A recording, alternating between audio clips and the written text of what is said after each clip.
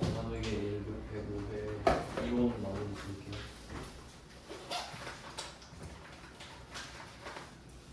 이번에도 말문제 위주로 보겠습니다. 어차피 한 문제는 못 풀어요. 그 시험장에서 한번 볼게요. 여러분이 보자마자 풀 수 있는 문제들. 일단 1번부터 보겠습니다.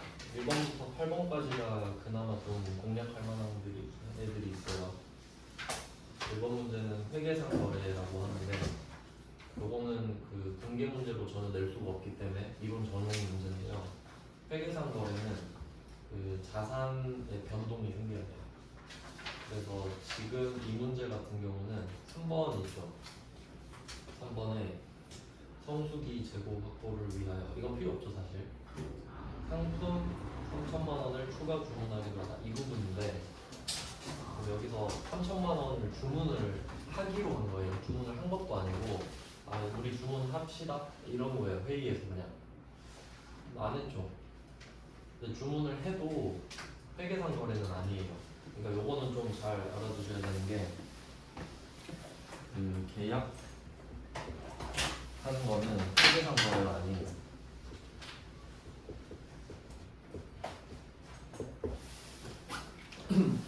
왜냐면 계약하고 거래 안 할 수도 있죠. 누가 계약 깰 수도 있잖아요. 근데 계약금을 주고받는 거 있죠. 우리 여태 많이 해봤죠. 선수금도 있고 선급금도 있고. 그 계약금을 주고받는 거는 돈이 왔다 갔다 했잖아요. 그건 거래예요. 그 정도로 보시면 돼요. 그러니까 여기서는 돈이 나가지도 않고 들어오지도 않았죠. 그래서 거래가 아닙니다.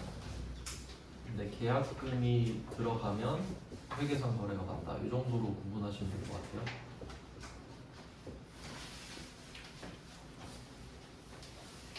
그리고 나머지 항목들은 다 왔다 갔다 하죠. 돈이. 1번은 사업을 위해서 1,000만 원 추가로 출자했다. 이건 회사에 1,000만 원을 자본금을 집어넣는 겁니다. 내가 주주가 되는 거죠. 그 다음에 2번은 지급기일이 도래한 약속금을 보통예금에서 잊혔다. 이거 뭐 당연하죠. 돈 나가니까. 그 다음에 4번, 요런 거를 이제 안 배운 사람들은 잘 모르는데, 화재가 발생해서 창고에 있던 재고자산이 멸실되다. 이런 걸 우리가 거래라고 하진 않죠. 그래서 제가 아마 첫 시간 OT 때인가 말했을 거예요. 창고가 그렇다면 창고 돈 주고 샀는데 그게 없어지고 재고자산도 팔아야 되는데 없어졌으니까 자산의 감소잖아요. 4번도 회계상 거래라는 걸 잘 알아두세요. 3번, 4번이 좀 예시로 잘 되거든요. 그렇게 알아두시고, 그럼 예를 들어 이런 거는 어떨지 생각해보세요. 여러분이 ATM 기계 가가지고 10,000원을 뺀 거예요. 그럼 체크카드 통장 잔액은 10,000원이 줄고 내 지갑엔 현금 10,000원이 늘었죠.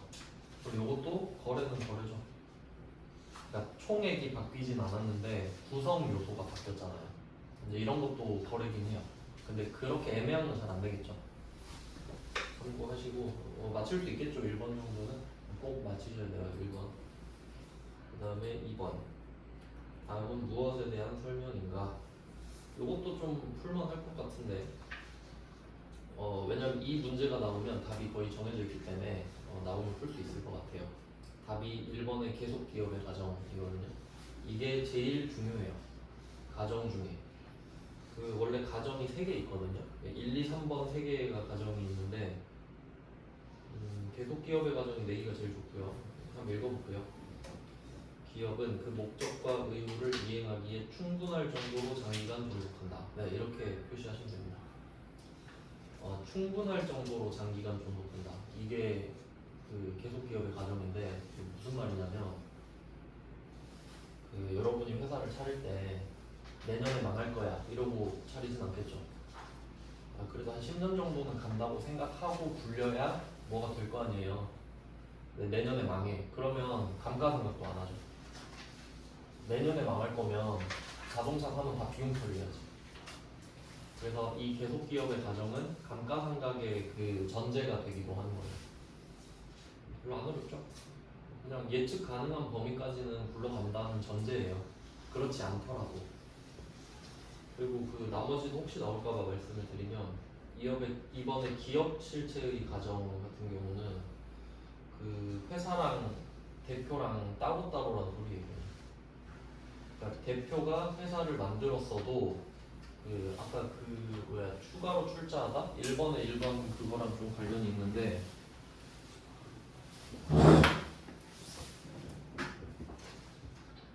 A라는 개인이 B라는 법인을 만들었다고 할게요. 뭐 이런 상황이라 보시면 되는데 그러면 내가 개인인데 법인을 만들었으니까 여기다가 돈을 넣어서 법인 이름으로 돈을 벌 거거든요. 그럼 이제 내 돈으로 벌면 안 돼요. 그래서 여기다가 돈을 1,000,000원을 집어넣는 거를 출자라고 해요. 그럼 법인 입장에선 1,000,000원이 생겼죠. 근데 이게 투자금일 거 아니에요. 그래서 이만큼 주식을 주겠지. 이런 걸 1인 기업이라고 해요. 그냥 혼자 그러니까 내 돈으로 하는 건데 법인의 형태인 거예요. 그냥. 그래서 이런 게 출자고 거래 맞죠? 자본금 늘었으니까. 근데 이 상태에서 내가 지금 1,000,000원을 집어넣고 주식을 받은 상태잖아요. 근데 A가 이거 어차피 내 돈이니까 빼서 치킨 사 먹어야지 하면 횡령이 돼요. 그게 기업 실체의 가정이에요. 너랑 나는 별개다. 그러니까 B 자체도 법적인 인격으로 보는 거죠. 안 어렵죠? 그 다음에 3번 기간별 보고의 가정. 이 시간이 그 실제로 자연상으로는 시간이 연결돼 있잖아요. 그러니까 어제와 오늘의 구분은 사실 없잖아요. 그냥 만들어 놓은 거지 관념상으로. 회계도 마찬가지죠. 1월 1일부터 12월 31일까지 한 사이클을 보겠습니다 라고 그냥 가정한 거죠. 당연한 말들이죠 다들. 4번은 가정이 아니고 이 정도 맞히실 수 있을 것 같아요. 다음 문제로 가겠습니다. 3번 일반 기업 회계 기준. 참고로 일반 기업 회계 기준은 회계 기준이 그 두 개라고 보는데 이거거든요. 일반 기업 회계 기준. 그러니까 우리 시험은 일반 기업 회계 기준으로 봐요. 근데 그 다른 시험 같은 경우는 IFRS로 보기도 하거든요. 그 아마 대학교에서는 IFRS로 배워요. 이게 그 국제 회계 기준이거든요.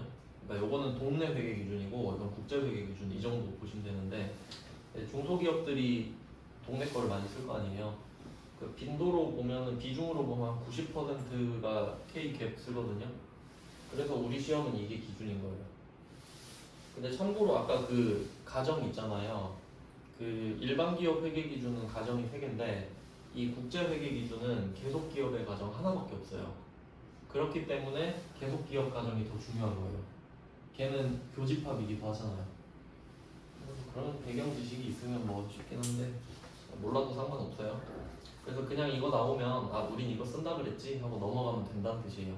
절대 우리 문제에서 국제 회계 기준을 언급하지 않는다는 거지. 자, 3번 재고자산입니다. 이 정도도 풀 수 있겠죠. 재고자산은 목적이 판매잖아요. 그럼 팔려고 갖고 있는 거.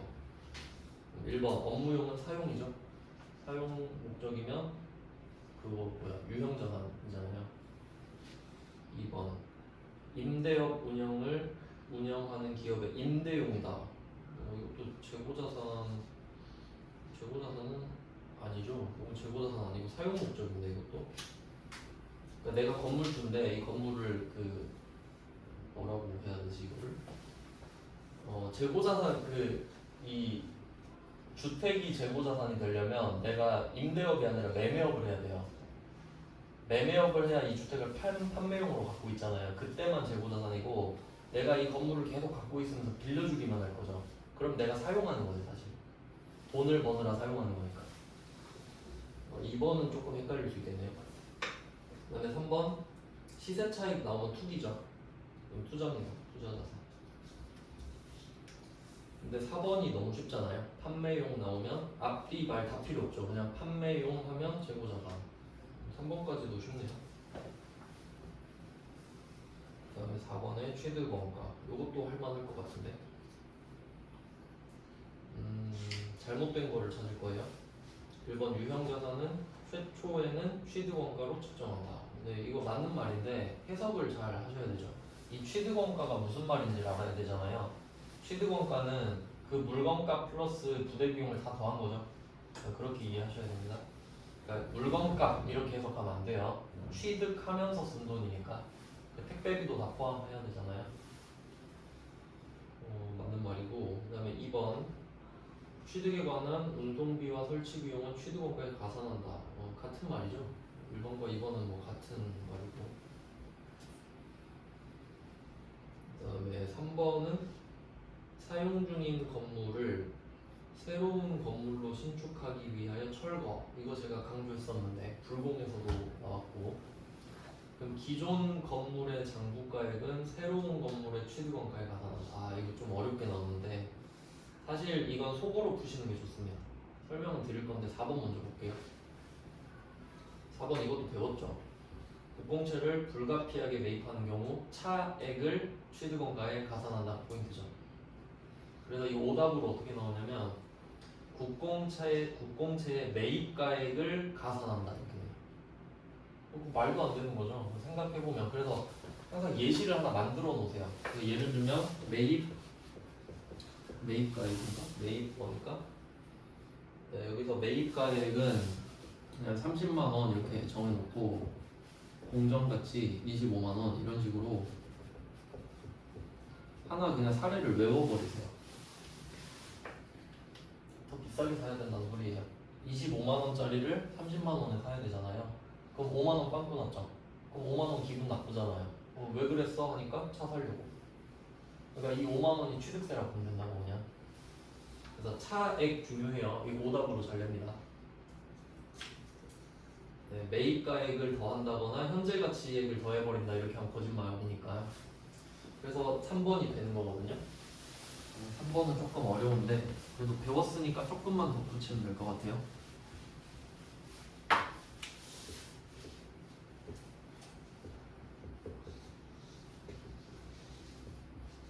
이게 좀 복잡해요. 그 건물이랑 토지가 이렇게 같이 있을 때 이 건물을 철거하는 내용인데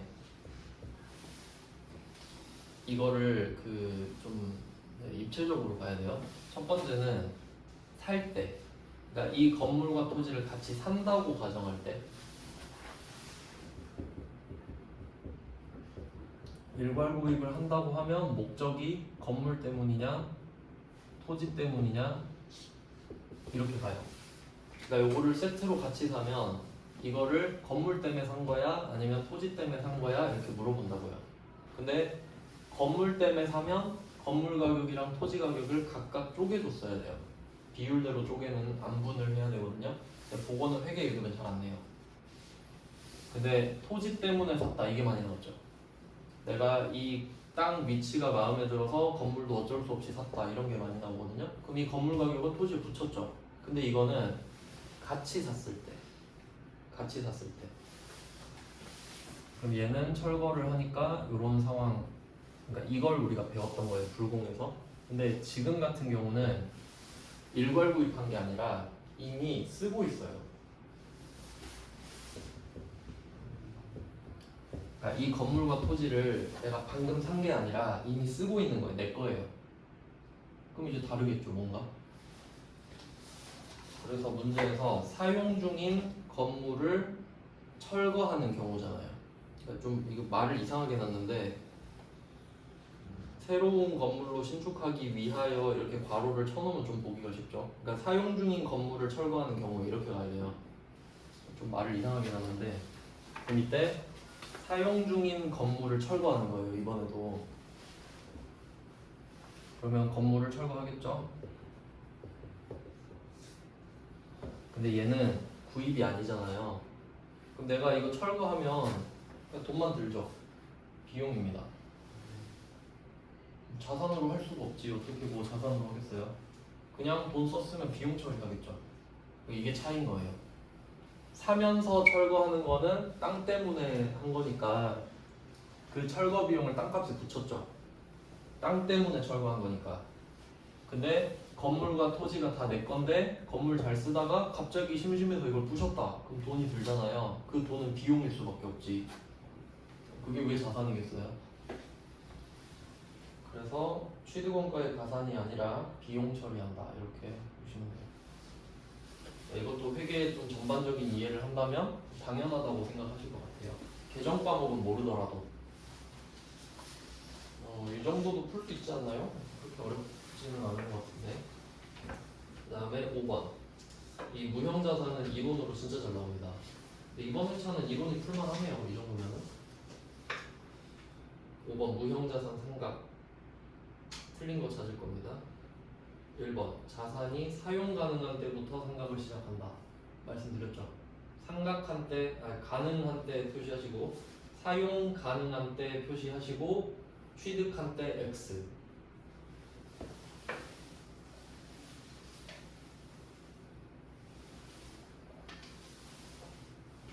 그러니까 이게 말장난인데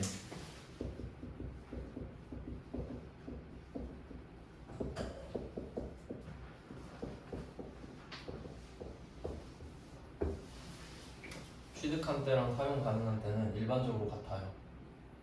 여러분 물건 사면 바로 쓸 수 있죠. 일반적으로는 같아요. 근데 만약에 다르면 이걸로 하라고. 이때가 더 늦겠죠, 보통. 취득 전에 사용하기 힘들 테니까. 뭐 그럴 수도 있긴 한데, 아니 그 예시까지 필요 없어요. 이 말로 지금 장난을 치겠다는 소리니까. 그래서 취득한 때라고 하면 자연스럽게 틀려요. 진짜 중요합니다, 이거. 왜냐면 여기 취득한 때 해도 전혀 안 이상하죠. 그래서 이거 오답으로 잘 내니까 주의하시고. 그 다음 2번은 삼각기간은 최대 40년, 20년입니다. 20년. 아마 제가 알기로는 이게 회계 쪽이잖아요. 근데 그 특허 같은 거 받을 때 특허가 그러니까 특별히 허락된 권리죠. 너만 하게 해줄게. 그게 최대 20년으로 알고 있거든요. 그럼 20년 받으면 40년으로 할 수는 없잖아. 그럼 회계도 20년 해야지. 그럼 법적으로 20년인데 회계가 40년을 할 이유는 없잖아요. 그러니까 똑같이 가겠죠. 제가 알기로는 그래요. 그래서 20년이에요, 어쨌든. 그리고 여기 일반적으로라고 돼 있는데 예외도 있긴 있는데 지금 원칙 이야기하는 거니까. 그 다음에 3번. 이거 중요합니다. 잘 나와요. 합리적인 삼각 방법을 정할 수 없을 때는 정액법으로 생각한다. 이거 조건문이죠.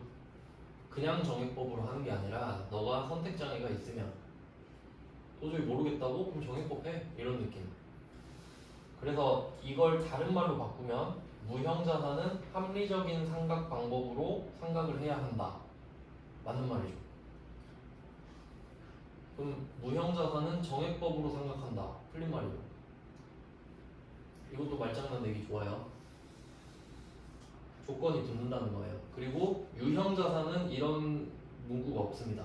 유형자산은 아무리 내가 선택장애여도 골라야 돼요. 차이 아시겠죠? 근데 유형자산에서 낸 적은 없어요.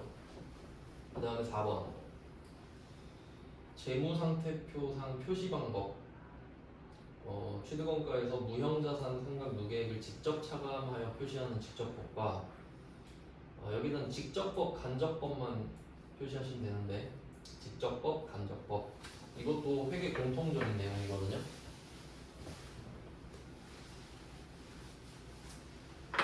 예를 들어서 무형자산이 있어요. 유형자산으로 할게요. 이걸 많이 쓰니까. 내가 유형자산을 1000만원짜리를 샀는데 이걸 5년 동안 감가상각을 한다고 할게요. 그럼 1년을 쓰면 200만원이 떨어졌다고 가정하는 거죠. 그럼 1년 후에 만약에 내가 이 유형자산에서 200을 다이렉트로 빼잖아요. 그럼 말 그대로 직접법입니다. 근데 우린 이 방법을 쓰지 않죠. 그러니까 직접법은 이름이 없어요. 그러니까 여기서 무형자산 상각 누계액이라고 하는데 의미 없죠. 이런 개정 과목을 쓰진 않거든요, 실제로. 그러니까 이론상으로는 있는데 실무에서는 안 써요. 그럼 만약에 간접법으로 하고 싶다 하면 감가상각 누계액이라는 애로 200을 빼는 거죠. 다른 개정 과목으로 간접적으로 빼는 거예요. 그러니까 간접법으로 내면 더 어려워요, 보통. 왜냐면 그 해당 개정 과목을 알고 있어야 되니까. 근데 직접법은 어려울 리가 없지. 그냥 마이너스를 꽂아버리면 되니까. 그 정도 차이가 있어요. 근데 둘 다 가능은 하다. 그러니까 이론상으로는 둘 다 허용을 해주거든요. 왜냐면 결과가 같으니까. 근데 프로그램상에서는 직접법으로 돼 있어요. 무형자산은. 참고만 하시면 되죠. 물어보진 않을 거예요. 네, 이렇게 하고 그 다음에 6번으로 가볼까요? 주요 장부로 구분할 수 있는 것은 이건 내가 모르는데 답이 2번으로 돼 있거든요. 아, 요거는 좀 그 정말 이론적인 내용이에요. 제가 언급한 적 한 번도 없죠. 저도 사실 이거 잘 모르거든요. 제가 알기로 그 뭐 경영학과 가면 대학교 1학년 때 그냥 뭐 회계 원리 배울 때 정말 그 옛날 종이에 쓰던 시절 그런 이론 배울 때 하는 거예요. 요새는 프로그램 쓰니까 이런 거 필요 없거든요, 사실. 근데 저 같으면 틀리겠습니다. 전 몰라서 틀렸어요, 이미. 이번 분계장이래요. 아, 분계가 중요하니까 그러겠죠? 뭔지는 잘 모르고요. 그 다음에 7번, 기포손이 나왔네. 요거는, 이거는 좀 찍어서 맞힐 수 있을 것 같은데? 기타 포괄 손익 누계. 이게 기타 포괄 손익이 평가 손익이랑 같은 말입니다. 요거는 그래도 좀 할만하니까 설명을 드릴게요.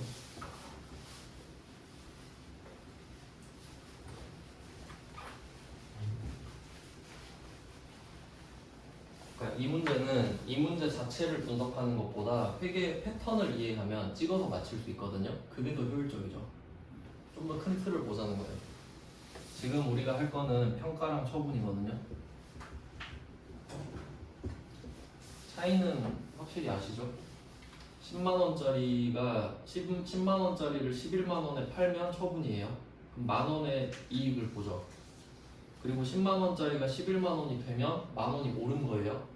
기분이 좋긴 한데 만원이 내 거냐 하면 그건 아니죠. 그 정도 차이인데 처분 이건 만약에 방금처럼 만원이 올랐잖아요.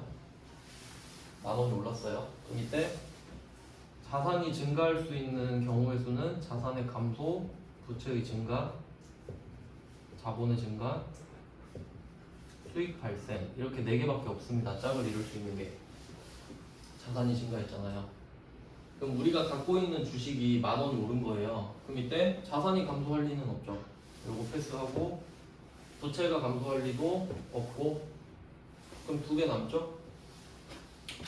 그럼 팔았을 때는 확실히 수익 맞겠잖아요. 확실한 수익. 근데 평가를 했어요. 만원이 올랐어요. 그럼 얘는 여기는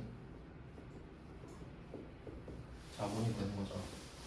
이렇게 구분이 되는 거예요. 일단 원리는 그렇고 그러면 평가가 자본이고 처분이 수익 비용이라고 했어요. 그럼 처분이 손익이에요. 수익과 비용. 그러니까 이게 진짜로 보고할 수 있는 거죠. 나 얼마 벌었다, 얼마 잃었다. 근데 평가는 좀 애매하죠. 내가 만원을 벌었다고 하기엔 번 게 아니거든요. 그래서 얘는 이름이 어떻게 되냐면 그 약간 손익을 2개로 본다고 했을 때 이 가운데가 손익이에요. 이게 진짜예요, 진짜 손익. 근데 이 가운데 있는 애들 있잖아요. 그러니까 평가가 여기에서 말을 하는 거예요. 10만원짜리가 11만원이 되었다. 그러면 만원어치 기분은 좋잖아요. 기분 좋은 거 아니냐고. 그럼 나도 그래도 좀 넓게 보면 손익 아니야? 약간 이런 식으로 하면 그래서 이름이 기타 포괄 손익이에요. 넓게 보면 평가한 것도 번 거 아니냐 이런 거지. 그래서 정확히 말하면 처분은 만원을 벌었다고요. 평가는 만원을 벌 수도 있다예요. 근데 그래 넓게 보면 그게 그거 아니야? 이런 느낌이지. 그래서 이 가운데 겉에 있는 게 기타 포괄 손익이에요. 이렇게 이해하시면 돼요. 그러니까 여기서 기타 포괄 손익이 뭔가요? 하면 평가 손익이요 하면 돼요. 처분 손익은 절대 아니겠죠. 왜? 처분 손익은 그냥 손익이니까. 그럼 여기서 평가 손익을 찾으면 돼요. 찾을 수 있나요? 1번 매도 가능증권 평가 손익. 이게 자본이잖아요. 딱 아다리가 맞죠? 그리고 나머지 3개는 그럼 몰라도 되는 거죠. 그럼 뭐 뭔가 있겠죠. 근데 평가를 물어본 거니까 지금은 이렇게 맞췄으면 대박이지. 그 다음에 8번은 알려드릴 수 있긴 한데 풀 정신이 있을까? 한번 뒤에도 보고요. 시간이 괜찮으려나? 원가는 안 할 거고요. 원가는 안 배웠으니까. 아 근데 원가가 지금 반복되는 게 있어서 좀 설명드리면 괜찮을 것 같아요. 8번도 할만할 것 같은데 요거는 8번은 어떻게 하시냐면 시험장에서 풀지 마시고 그냥 교양으로 알고 계세요. 그 정도는 좀 알고 있으면 좋을 것 같은데 근데 어차피 풀라고 해도 못 풀 거잖아요 시험장에서. 숫자 보면 이게 뭐야 하고 안 풀 거긴 한데 이게 제품이면 안 하는데 상품이니까 하는 겁니다. 상품은 쉬워요. 그리고 이런 게 여러분이 실제로 도움이 많이 되는 지식이에요. 매출 총 이익을 구해라. 조금 어렵습니다. 실제로는 어차피 못 푼다 했죠. 기초 상품이 10만 원이 있어요. 이거 T 계정은 위에 있는 그 계정 과목 있잖아요. 얘의 성격대로 쓰는 거예요. 상품이 자산이잖아요. 그러면 증가를 차변에 쓰고 감소를 대변에 쓰는 거예요. 그러면 기초에 증가한 사유 작년에 팔다 남은 거 받았죠. 그래서 기초 10만 원. 전기 2월이라고도 하고요. 그 다음에 총 매입액. 총 매입이 20만 원인데 근데 여기서 중요한 거는 총 매입이 있고 순 매입이 있거든요. 총 매입, 순 매입. 뭐가 중요할까요?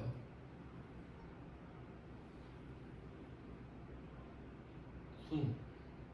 단기 순이익 이런 거 할 때 그러니까 이렇게 생각하시면 돼요. 이렇게 합시다. 여러분 이거는 반드시 알고 계셔야 돼요. 총 하면은 매출액 생각할게요. 총 하면 그리고 순 하면 단기 순이익 생각할게요. 이렇게 생각을 합시다. 그러니까 너 얼마 벌었어 하면은 단기 순이익을 말해야 돼요. 근데 보통 사기꾼들은 매출액을 말해요. 너 얼마 벌어? 나 월 1000 벌지. 매출액 말하고 얼마 써? 1100 써. 이런 경우야. 그래서 이것 중에 뭐가 더 중요하냐? 순이 중요하냐. 1000만 원 벌면 뭐예요? 1100만 원을 쓰면 단기 순이익 마이너스잖아요. 이해됐죠? 그러니까 총 매입액은 순 매입액을 구하라고 준 거예요 지금.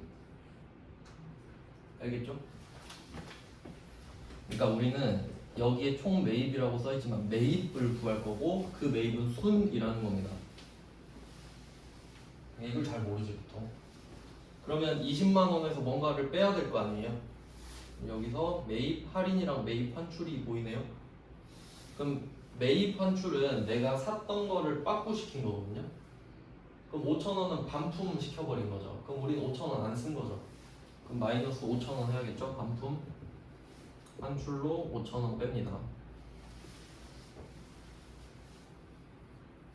그리고 5,000원은 반품을 하고 내가 나머지는 빨리 갚아서 5,000원을 깎아준 거예요.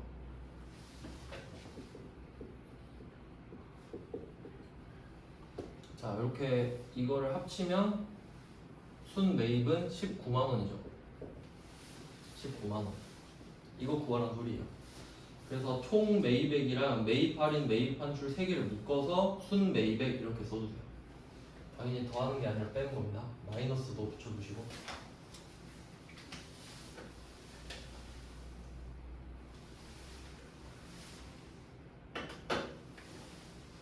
그리고 한번 생각해 보세요. 여러분 실제로 일을 하는데 이것도 모르면 되겠나요? 그러니까 이거를 모르면 안 돼요. 진짜 절대로. 상식의 범주이기 때문에. 그러면 차변에 19만 원이 늘었으니까 총 20만 원어치가 생긴 거네요. 자산이. 그럼 우리는 20만 원어치를 팔 수 있죠. 최대. 그리고 기말 상품 재고액이 11만 원이죠.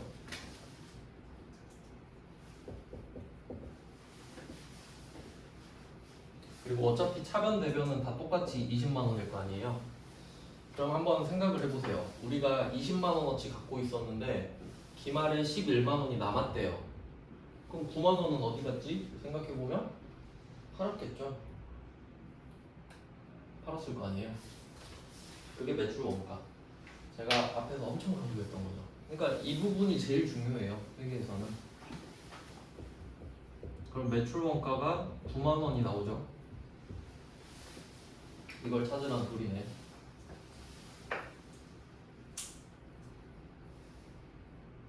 금액을 잘못 구했대. 죄송해요. 암산이 이렇게 안 돼요. 혹시 몰라서 지금 답을 보고 하고 있는데 잘했네. 29만 원인데.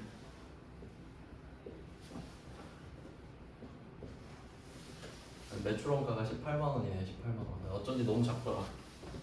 자, 이거 맞죠? 매출 원가 18만 원.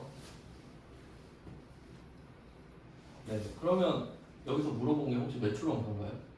매출 총이익이야. 지금 이익이 들어갔죠.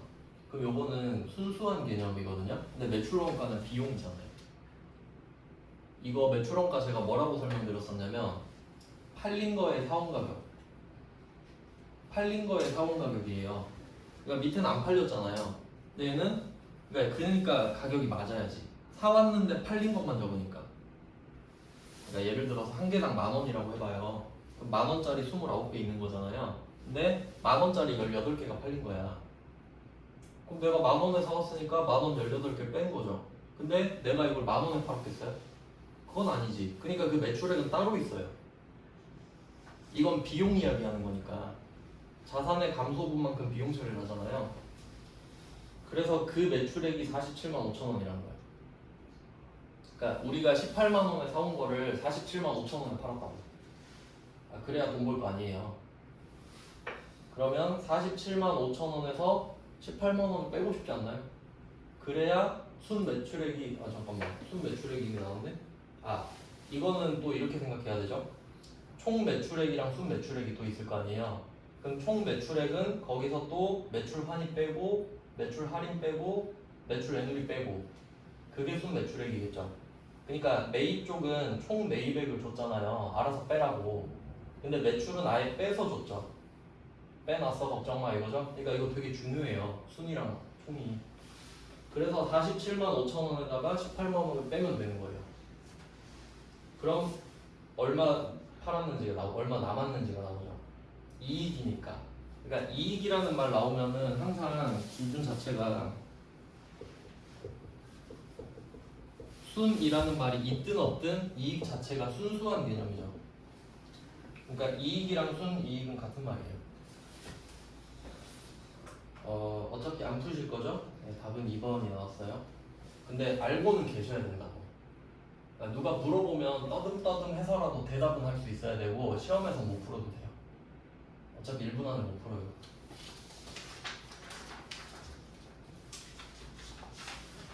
그 다음에 원가는 다 버리고요. 혹시 그 필요하시면 원가 그 강의 있으니까 찾아서 들으시면 돼요. 이제 세무 2급 할 때 같이 들으면 좀 좋긴 해요. 회계 때보다는. 이게 12번이 원가 문제인데, 그러니까 90, 11, 12 네 문제가 원가거든요. 근데 저번 회차에도 이게 나왔어요. 12번 같은. 이제 요거는 좀 괜찮을 것 같아서 설명을 드릴게요. 이게 개별 원가랑 종합 원가가 있거든요. 그러니까 이게 종합 원가가 대량 생산이에요. 개별 원가는 소량 생산이고, 그것만 적어주세요. 종합 원가 계산은 대량 생산, 개별 원가 계산은 소량 생산. 왜냐면 개별적으로 원가를 계산하는 거는 비싸서 그래요. 너무 비싸니까 하나씩 가격을 매겨야 돼. 아파트 한 동 지을 때마다 따로따로 가격 매기겠죠. 근데 대량 생산, 컴퓨터 같은 건 똑같으니까 그냥 N방 치면 되잖아요. 그런 느낌이거든요. 그것만 알면 조금 맞출 수 있어요. 그럼 1번에 종합원가 계산은 동일 규격 제품 나왔죠. 대량 생산 맞는 거고. 그 다음에 3번 개별 원가 계산은 주문 나왔죠. 비싼 거는 주문 받아서 만들죠 보통. 그러니까 비싼 거는 언제 팔릴지 알고 내가 만들어 놓고 팔아요. 주문 들어오면 그때 만들지. 배랑 건물, 항공기 생각해 보세요. 주문 들어오면 만들어요. 그래서 비싼 거는 주문 받는구나. 수주업 이렇게 생각하시면 돼요. 주문을 받는 업종이라서 수주업이라고 그러거든요 원래. 그다음 3번도 이제 맞췄죠. 그 다음에 4번은 개별 원가 계산은 작업 원가표를 좀 표시해 주시면 개별적으로 원가를 적어야 되기 때문에 작업 원가표에 쓰거든요. 그럼 이렇게 대충 하다 보면 답이 2번이에요. 그럼 얘는 뭐냐? 종합 원가 계산은 각 작업별로 대량 생산인데, 그러니까 얘는 공정별로 바꿔주시면 돼요. 공정. 그러니까 프로세스 단위로 하는 거예요. 어차피 대량 생산이니까 한 공정에서 쓴 돈을 개수로 나눠버리면 되는 거지. 이 정도는 좀 괜찮지 않나? 그 다음에 부가가치세를 볼게요. 그러니까 우리가 공략해야 되는 거는 1번에서 8번까지 중에 계산 문제 빼고 말 문제, 그 다음에 뒤에 13, 14, 15 부가가치세 중에 할 만한 거. 그래서 한 대여섯 개 맞추면 대박이에요.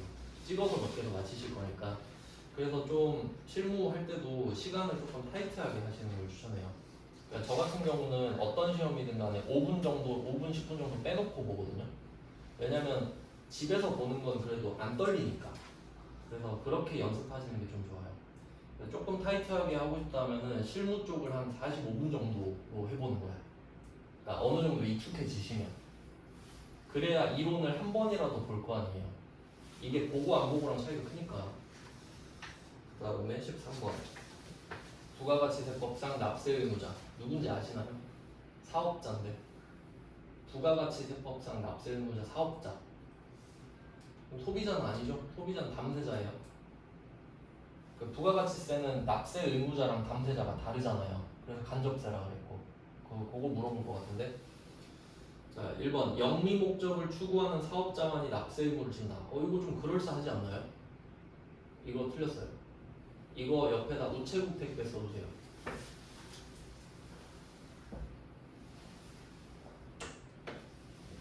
우체국 택배. 저는 우체국 택배를 참 좋아하는데 다음날 무조건 오거든요. 뭐 그런 경험 있으시죠? 우체국 택배는 늦은 적이 없어요. 그리고 우체국 택배는 국가 거죠. 우체국이 국가 거잖아요. 그 미래 어쩌고 부서인데 하여튼 그 국가가 갖고 있는 금융기관이죠. 그러면 우체국 택배는 국가 거니까 국민한테 봉사해야 되지 않나요? 그럼 부가가치세를 빼주면 우리가 더 좋아하지 않나요? 그렇죠? 근데 부가가치세를 빼면 어떻게 되냐면 옆에서 대한통운이 겁나 욕하겠죠. 아니 국가가 지금 우리 죽이려고 그런다. 지들은 국가라고 부가세 안 붙이고 우리만 부가세 붙이라 그런다. 그러면 할 말 없죠. 그럼 우체국은 지금 돈 벌고 싶은 거 아니거든요. 근데 옆에서 대한통운이랑 뭐 한진택배가 뭐라 그래요? 야 너네도 부가세 붙여라. 솔직히 우리도 똑같이 해야 될 거 아니냐. 그럼 어떻게 해요? 그냥 붙여줘야 되죠.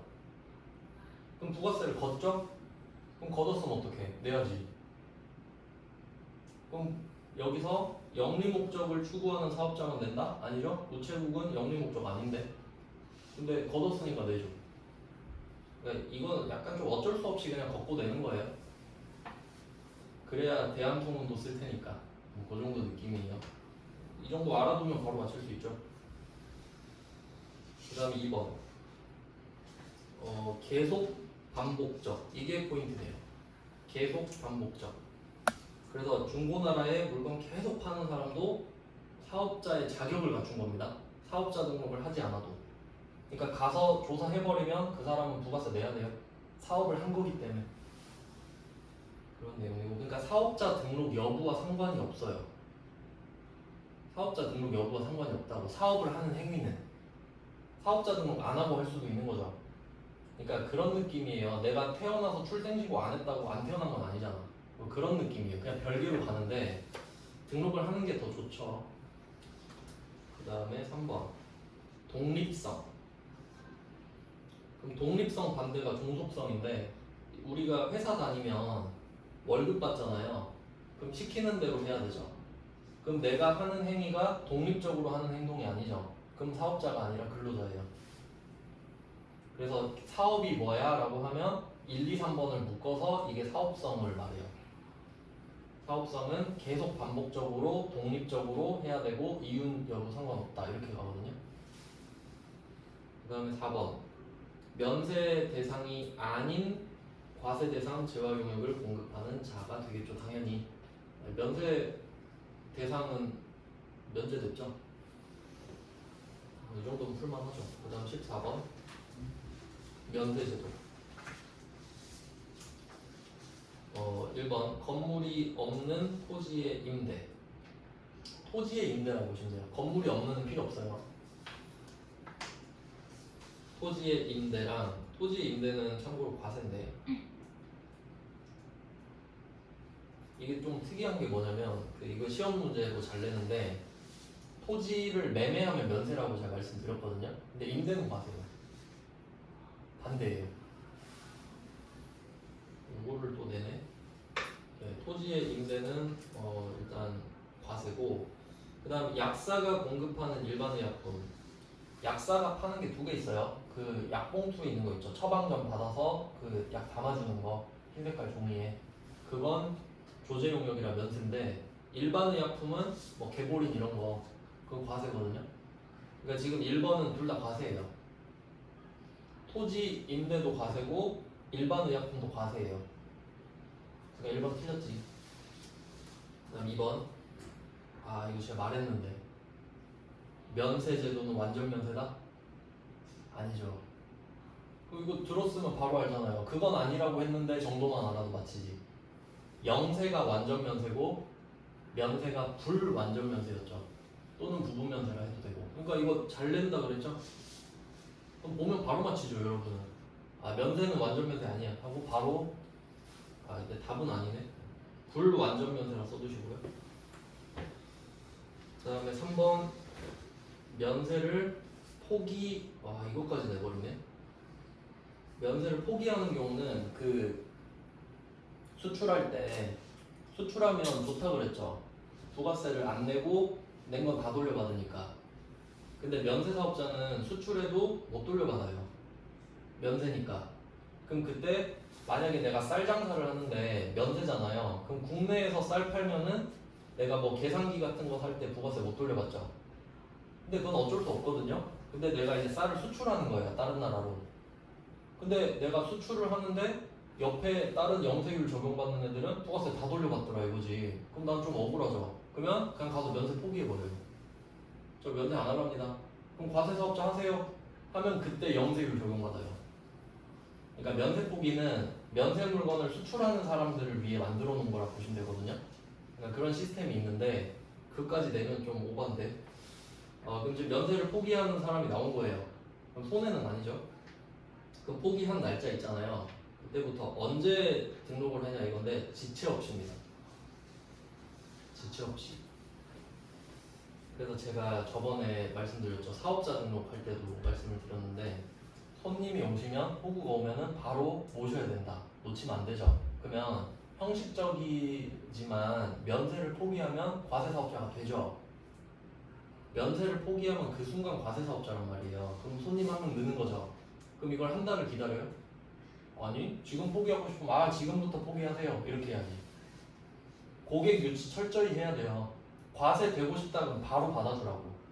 그래서 저번에 그랬죠. 사업자 등록은 사업 개시 전에 해도 되고 다른 데 가서 해도 된다 했잖아. 왜? 호구 왔으니까. 여기도 마찬가지죠. 지금 면세 포기하고 싶은데 지금 하세요. 그럼 되지. 바로 과세사업자입니다. 그리고 4번 연결되죠. 면세 포기를 한 거예요 이 사람이. 그래서 과세가 됐는데 재미가 없는 거야. 저 그냥 다시 면세할래요. 손님 좀 별로네. 3년은 하셔야 돼요. 조금 지역적인 내용이네요. 그래도 외웠으면 풀 수 있죠. 나오면 푸세요. 그 다음 마지막.